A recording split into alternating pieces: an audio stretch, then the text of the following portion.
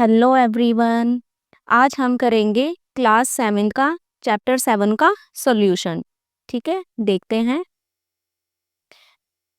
हमारा first question है, choose the correct option in each case. कि आपको सही ऑप्शन को चूज करना है जो भी आपको क्या है केस दिया गया है। ठीक है, तो देखो क्या कहा है फर्स्ट क्वेश्चन में। Your father bought a sauce pan made of two different material. कि आप तुम्हारे फादर हैं, ठीक है, जो ये पैन लेके आए हैं, ठीक है, दो अलग अलग मटेरियल से बना हुआ ए एंड बी, जैसा कि आपको ये दिखाई दिया है। The materials A and B have the following properties. A और बी की अपनी अपनी प्रॉपर्टी है। ठीक है, तो आपको बताना है क्या क्या है। देखो ए में क्या कह रहा है, both A and B are good conductor of heat. दोनों के दोनों अच्छे कंडक्टर है हीट की, मतलब दोनों में हीट आसानी से पास कर जाता है। ठीक है, both A and B are poor conductors of heat. दोनों के दोनों पुअर कंडक्टर है, मतलब इनमें हीट अच्छे से पास नहीं करता। ऑप्शन सी है, A is good conductor. A तो गुड कंडक्टर है, पर बी क्या है, पुअर कंडक्टर है। एंड डी ऑप्शन है, A is poor conductor and B is a good conductor of heat. ठीक है भाई, ए पुअर कंडक्टर है और जो बी है आपका वो क्या है, गुड कंडक्टर है। ठीक है, देखो अब एक चीज देखना, आपको पता है जब भी हम खाना बनाते हैं, ठीक है, तो आपने देखा होगा कि जब आप खाना पक जाता है, आप उसको मतलब गैस बंद करके आप इसको उठा के दूसरी जगह रखते हो, तो आप क्या करते हैं, इस हैंडल को पकड़ते हो, है ना, इसका जो ये बना होता है। तो क्या ये गर्म होता है कभी? ये तो नहीं गर्म होता। गर्म क्या होता है, गर्म तो क्या है, ये वाली लेयर होती है ना बर्तन की। तो वही चीज सेम है, ये गर्म होता है, इसका मतलब क्या है, ये गुड कंडक्टर है क्योंकि इसमें हीट पास करता है। पर ये तो नहीं गर्म होता है ना, तो ये क्या होता है, ये तो ठंडा होता है, इट मीन ये पुअर कंडक्टर है। तो अब देखो कौन सा ऑप्शन आपका सही है। ऑप्शन आपका सही होगा ये वाला। ठीक है, A is good conductor and B is a poor conductor of heat. ठीक है, तो ये आपको दिया है। अब हमें रीजन बताना है। क्यों रीजन मैंने आपको बता दिया, क्योंकि जो इसका ये बेस वाला पोर्शन है, ठीक है, जो आपका बेस वाला पोर्शन है ए, ठीक है, ये मेटल है और गुड कंडक्टर है। और जो उसका हैंडल है वो प्लास्टिक या वुड का बना होता है, और हमें पता है प्लास्टिक और वुड हमारा क्या होता है, ठीक है, वो क्या आपका पुअर कंडक्टर होता है। टू अवॉइड बर्निंग हैंड्स, ताकि आपके हाथ ना जले। ठीक है, तो बर्निंग को अवॉइड करने के लिए होता है। ठीक है, तो इसलिए आपका ऑप्शन नंबर क्या होगा, सी होगा, बिल्कुल करेक्ट। नेक्स्ट देखते हैं, सेकंड है, pins are stuck to a metal strip with wax. कि जो पिन है वो चिपक जाती है एकदम से मेटल की स्ट्रिप से, अगर हम इसको वैक्स के साथ लेते हैं। एंड बर्निंग कैंडल इज की बिलो द रोड। और जो ये देखो जो ये रोड है, ठीक है, इसके नीचे क्या कहा है इसने, एक बर्निंग कैंडल रखा हुआ है। ठीक है, और यहाँ पे ये जो स्ट्रिप्स है ना, मेटल की स्ट्रिप्स, ये लगाई हुई है किसके साथ, वैक्स के साथ। Which of the following will happen, इनमें से क्या होगा, आपको ये बताना है। All the pins will fall almost at the same time. क्या जो जितनी भी ये चारों के चारों ना, ये देखो 1 2 3 4, ये चारों की चारों पिन है, क्या ये चारों पिन एकदम से एक साथ गिरेंगी? ठीक है, सेकंड ऑप्शन है, pin first and second will fall earlier than pin third and fourth. कि जो पिन 1 एंड 2 है, ठीक है, फर्स्ट और सेकंड पिन है जो, वो पहले गिरेगा।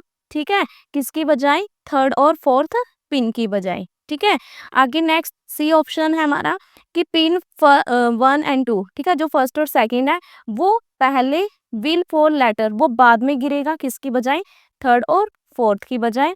एंड डी ऑप्शन है, pin second and third will fall almost at the same time. कि जो सेकंड और थर्ड है वो ऑलमोस्ट सेम टाइम पर ही गिरेगा। ठीक है, अब देखो हमें कैसे पता चलेगा, आपको याद होगा जब हमने चैप्टर किया था तो उसमें हमने एक 7.1 टॉपिक किया था, उसमें भी ना सेम मतलब ऐसा ही प्रोसीजर था। बस उसमें क्या डिफरेंस था कि जो ये कैंडल यहाँ पे सेकंड और थर्ड पिन के बीच में है ना, वहां पे वो कैंडल कहाँ पे थी, वो कैंडल इधर साइड थी, है ना, कहीं यहाँ पे भी बनी हुई थी उस वाले में कैंडल, है ना, ये डिफरेंस था उसमें। ठीक है, तो उसमें हम ठीक है, इस तरीके से था। अब एक चीज देखो, कैंडल किसके पास है, सेकंड और थर्ड वाले के पास है। तो क्या होगा, जैसे ही सेकंड और थर्ड जो है, अब जैसे ही कैंडल से हीट मिलेगी इस रोड को, वहां पे जो वैक्स है वो क्या होगा, वो मेल्ट होना शुरू करेगा। मेल्ट होगा तो क्या होगा कि ये जो पिंस जो वैक्स से अटैच थी वो क्या है, निकलनी शुरू हो जाएंगी, क्योंकि वैक्स तो जो पिन है आपकी, ठीक है, मेटल की जो भी पिन थी आपकी, वो तो क्या हो जाएगी, इससे अलग हो जाएगी, क्योंकि वैक्स है जो वो मेल्ट हो चुकी है। तो गिरेगा कौन, सेकंड और थर्ड, है ना, क्योंकि सबसे पहले हीट यहाँ पे ही होगी, ठीक है। तो आंसर देखते हैं, हमारा आंसर क्या है, pin second and third will fall almost at the same time, ठीक है। सेकंड और थर्ड पिन है वो ऑलमोस्ट सेम टाइम पर गिरेगा, ठीक है। अब इसका रीजन देख लेते हैं एक बार। Since heat travels along the metal strips by conduction, हमें पता है हीट कैसे ट्रांसफर करता है, कैसे ट्रेवल करता है, कंडक्शन के थ्रू। तो जो एरिया फ्लेम के सबसे पास है, ठीक है, मैंने कहा था ना कैंडल किसके पास है, सेकंड और थर्ड के, है ना। तो जो एरिया कैंडल के सबसे ज्यादा पास है विल गेट हीटेड फर्स्ट, उसको सबसे पहले हीट मिलेगी, और सबसे पहले हीट मिलेगी तो वो वैक्स को मेल्ट करेगा, है ना, और and the pins to fall, और जो पिन्स है वो वहां से क्या हो जाएंगी, गिर जाएंगी। तो option C is the correct answer. Third question है हमारा, a smoke detector is a device that detect smoke and sounds and alarm, कि एक जो स्मोक डिटेक्टर है वो एक ऐसा यंत्र है जो धुएं को, ठीक है, जो भी धुआं आ रहा है उसको डिटेक्ट करता है, उसका पता करता है, ठीक है, एंड साउंड्स एंड अलार्म, और एक क्या है, अलार्म देता है। Suppose you are fitting a smoke detector in your room, suppose करो कि आप एक स्मोक डिटेक्टर को अपने कमरे में फिट कर रहे हो, तो the most suitable place for this device will be, तो इसके लिए सबसे सुटेबल, सबसे सही जगह कौन सी होगी इस डिवाइस के लिए, ठीक है। तो ऑप्शन है नियर द फ्लोर, फर्श के पास, ठीक है। बी ऑप्शन है आपके पास in the middle of a wall, दीवार के बीच में, ऑन द सीलिंग, सीलिंग पर, छत पर, एनीथिंग इन द रूम, कमरे में कहीं भी। तो आपका जो राइट आंसर है वो होगा आपका ऑन द सीलिंग, ठीक है। अब देखते हैं कि सीलिंग पर ही क्यों क्यों है ये सुटेबल प्लेस।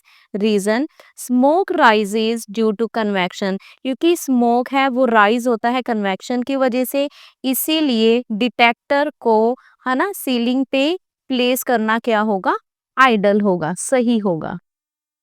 नेक्स्ट है हमारा question number 2, a shopkeeper serves you cold lassi in a tumbler, एक शॉपकीपर ने आपको ठंडी लस्सी दी ग्लास में, ठीक है। तो बाय चांस क्या हो गया, जो टम्बलर है उसमें ना एक छोटा सा लीक था, लीक हो रहा था वो, ठीक है।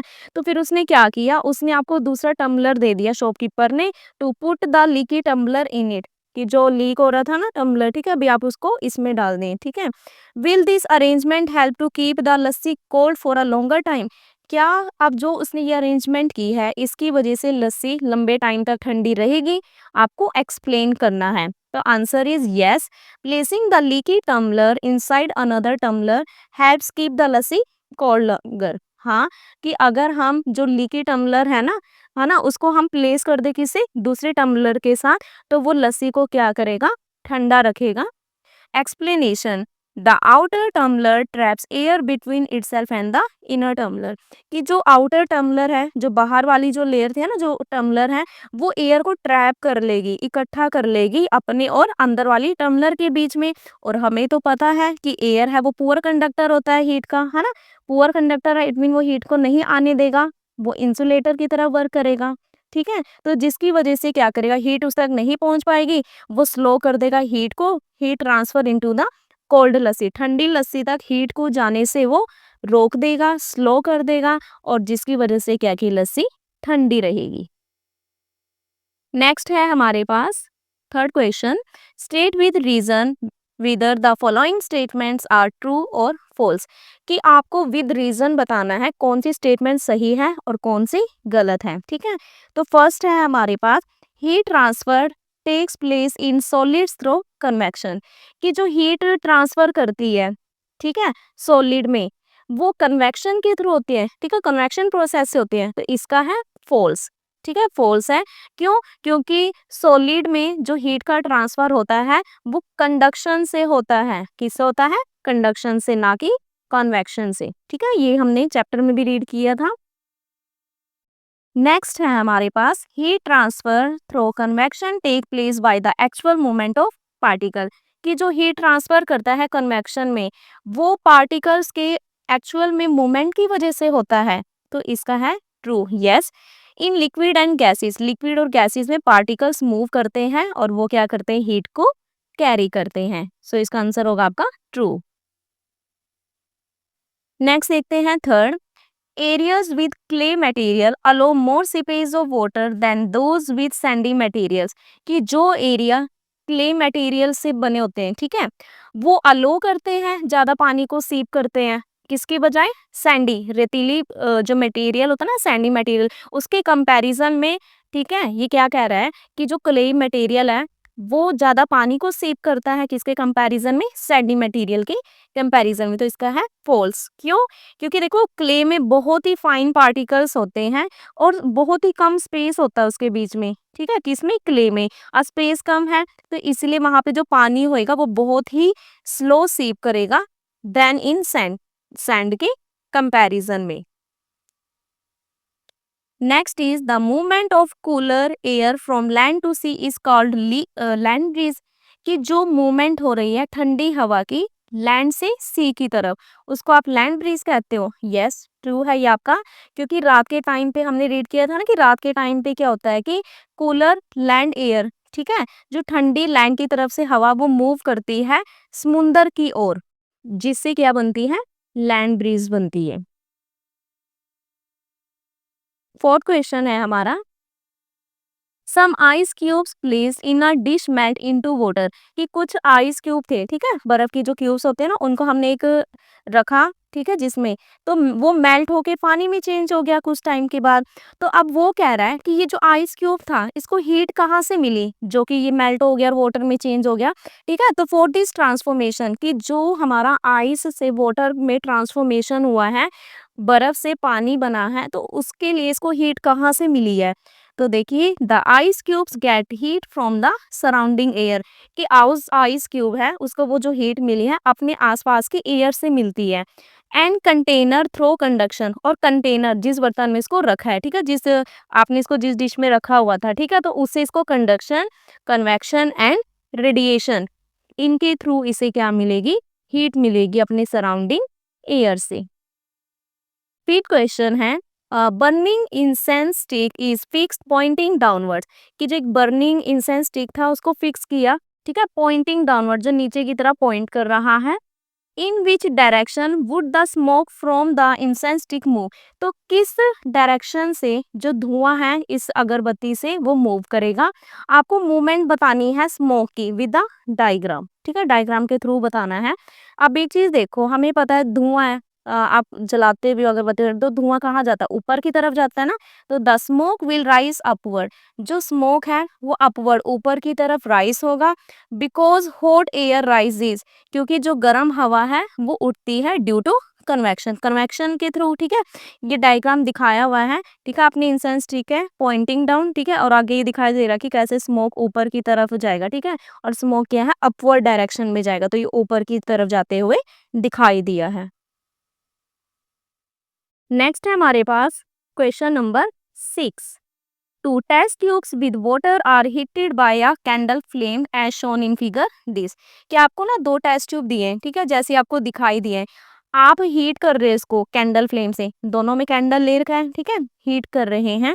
विच थर्मामीटर्स, कौन सा थर्मामीटर, देखो ए एंड बी ये दो दिए ना, देखो इसके अंदर ये थर्मामीटर है, ये भी थर्मामीटर है, कौन सा थर्मामीटर रिकॉर्ड करेगा सबसे ज्यादा टेम्परेचर और क्यों, ठीक है, देखो दोनों के अंदर थर्मामीटर है, आपको डिफरेंस दिख रहा होगा, इसमें थर्मामीटर बिल्कुल आगे की तरफ है और इसमें थोड़ा इधर की तरफ है ना, फर्क है दोनों में, जहाँ पे थर्मामीटर को रखा है।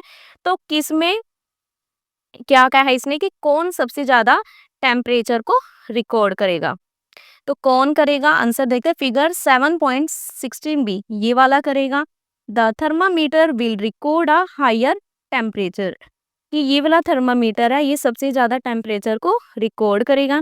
इसकी एक्सप्लेनेशन है in 7.16 B, thermometer is at the bottom, इसमें क्या है, थर्मामीटर है बॉटम में, देखो यहाँ पे तो इधर से और इसमें बिल्कुल इसमें बॉटम में है, ठीक है, तो जहाँ पे जो पानी है वो हीट होगा डायरेक्टली, डायरेक्ट वो गर्म होएगा, ठीक है, and convection currents move, current जो कन्वेक्शन करंट है वो मूव करेगा द हॉट वाटर, अब हॉट वाटर को ऊपर की तरफ, और जिसकी वजह से वो क्या करेगा, टेम्परेचर को बढ़ाएगा।